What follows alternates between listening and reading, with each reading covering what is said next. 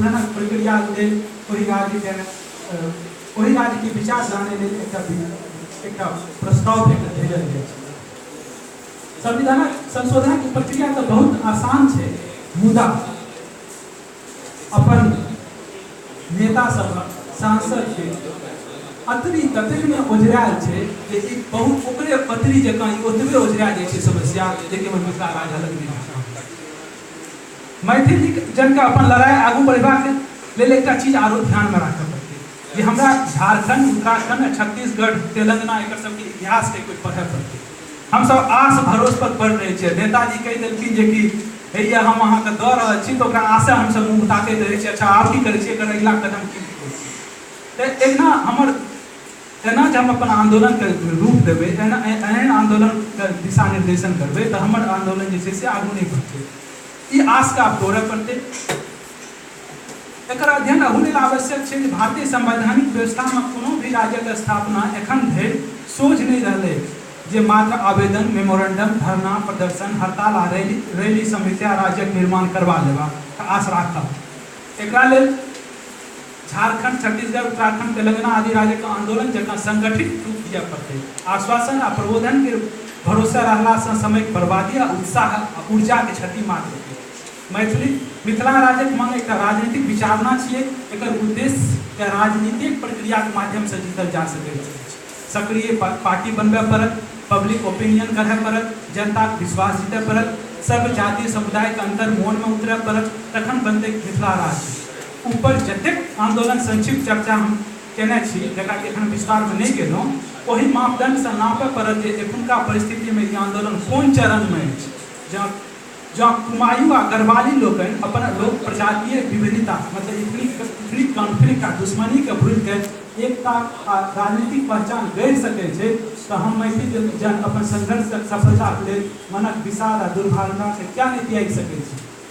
मुदा एहि संपूर्ण संदर्भ में मिथिला लोकनिके एकटा महत्वपूर्ण बात जरूर बुझे पड़तै कि राष्ट्रीय कांग्रेस आ भारतीय जनता पार्टी दुनू अखिल भारतक स्थापित आ पुरान राजनीतिक दल छै। तें एहि दुनू पार्टीक समर्थन एहि आंदोलन के भेटै तें मिथिला राज्यक निर्माणक डगर में कने आसान जरूर करबै, तकर उद्योग जरूर करबाक चाही। दोसर चीज पर फोकस करै लेल प्रवीण जी हमरा कहने छलाह ओ छलै भाषाई पहचान आ सांस्कृतिक पहचान के प्रति बिहार राज्य के संवेदनशीलता पर एकटा समीक्षा। जतऽ तक सवाल छै मैथिली लोकनिक भाषाई आ सांस्कृतिक पहचानक के प्रति बिहार राज्यक संवेदनशीलता, ओतऽ एकर अस्तित्व मिटबै में लागले छै। जकरा चारा खाए के आदत लागि गेल छै ओकरा तऽ बड़का चारागाह चाहबे करी ने। जखन राज्य पैघ रहतै तखने ने राष्ट्रीय स्तर पर मुखपुरखी ओकरा तऽ मतलब छै। ओकरा की मतलब छै एहि विचार से कि छोट राज्यक स्थापना प्रशासनिक दृष्टि से बेसी विकास उन्मुख हेतै। सब संस्कृति आ लोक प्रजातिक समूहक लोक हिलमिल के जीवे, ई सब सिद्धांत बड़ बढ़िया। मुदा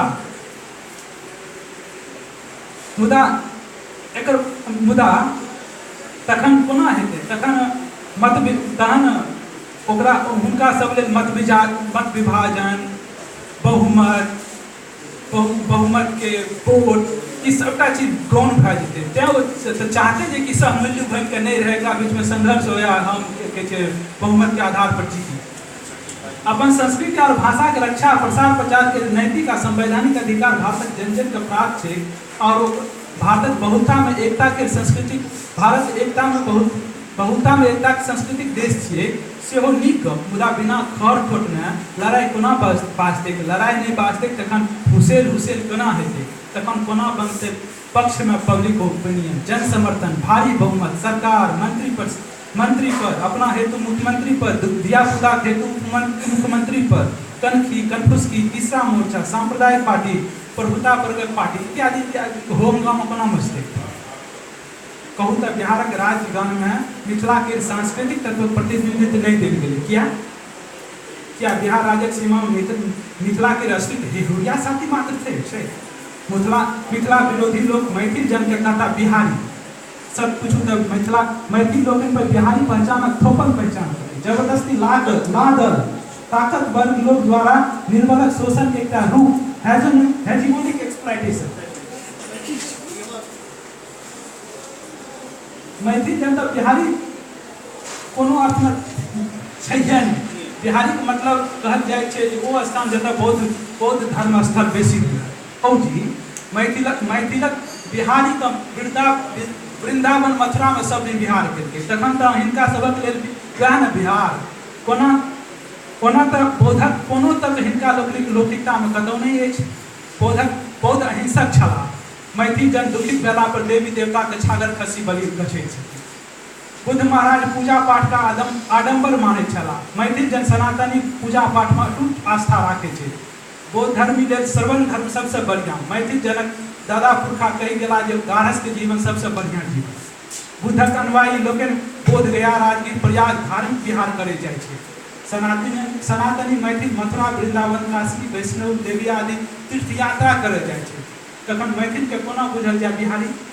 ई लोकनि के होइ छै व्रती, तीर्थयात्री आदि सन्यास। कोना बुद्ध आ बौद्ध धर्मक लेल बहुत रास मैथिल जनक मोन में बहुत आदर अछि, हमरो अछि। मुदा बुद्धक नाम पर जे प्रपंच होइत अछि तकर प्रतिकार आवश्यक अस्वाभाविक नहीं छै। बहुतो रास मैथिल जन एहनो छै जे कहै छै जे जँ हम मैथिल छी तऽ हमरा मैथिले रह दिअ ने, बिहारी कहि के क्या समझाबै छी। दोसर बात मैथिली भाषा के किछु नेता लोकनि कहै छथिन जे बाभन करण का स्तक भाषा त्या अंतज आ घृणित आ एहि नेता के सिंह नांगेरक भाषा प्रतिनिधित्व करऽ लागले बिहारी भाषा।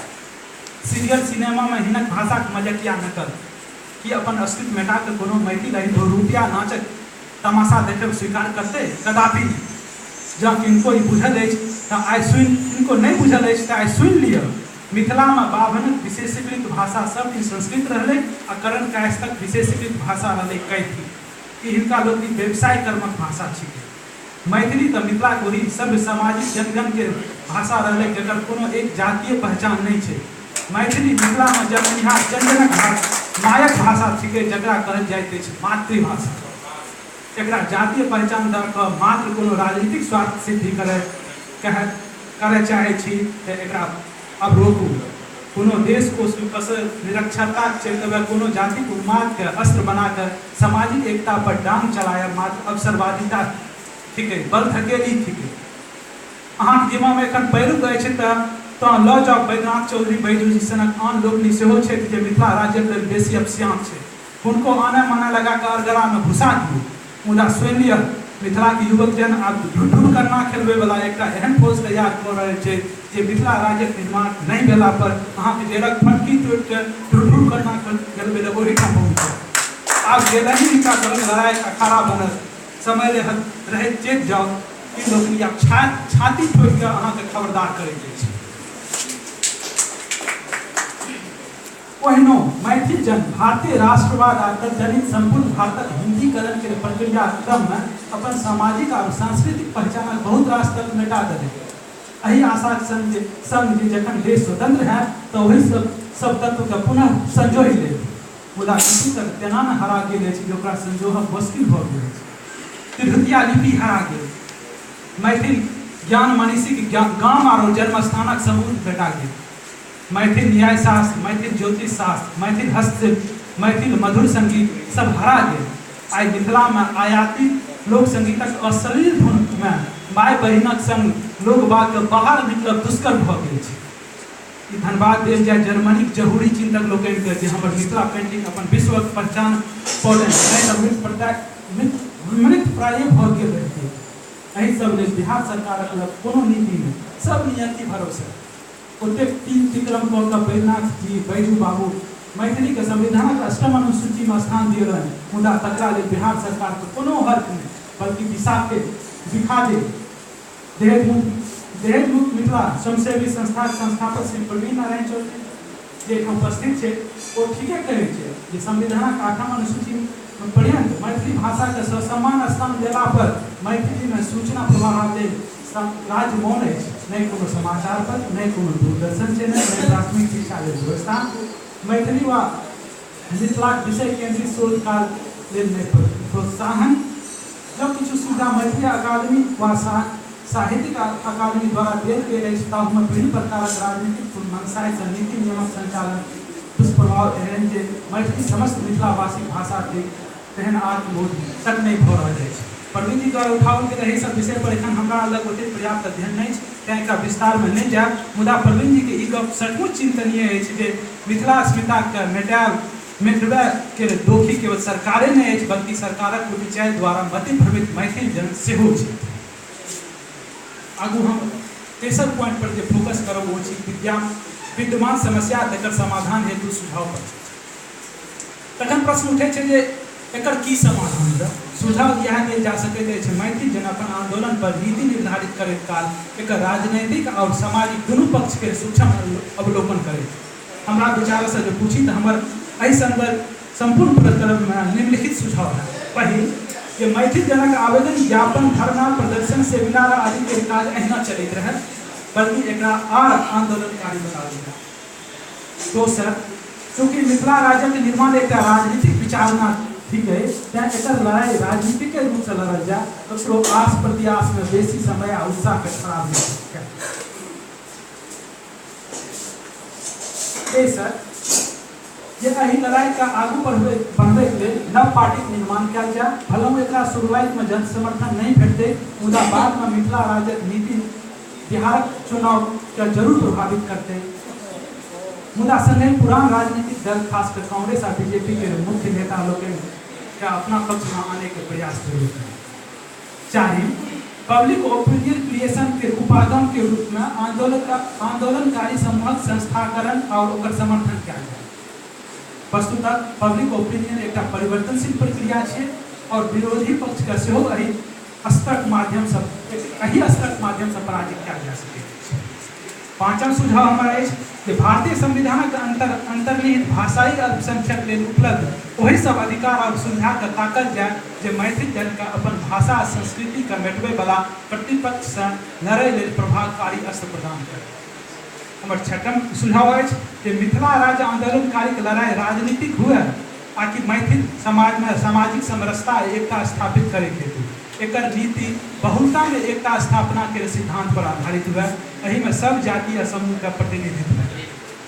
सातम कि सामाजिक स्तर पर हमरा लोकनिक सहजीविता सेहो प्रिंसिपल ऑफ एसिमिलेशन पर आधारित है, सात्विकरण के सिद्धांत पर आधारित है। नहीं कोनो जाति समूह श्रेष्ठ है, नहीं कोनो जाति समूह का अश्रेष्ठ बुझल जाए। सबका समुचित मान, सामाजिक सहजीविता तोड़े वाला बात के अथवा व्यक्ति के कखनो भाव नहीं। हमारा आठवां सुझाव है जे हमरा सबक सामाजिक व्यवहार में प्रिंसिपल ऑफ यूनिवर्सलिज्म के तत्व समाहित मतलब समाहित हुए।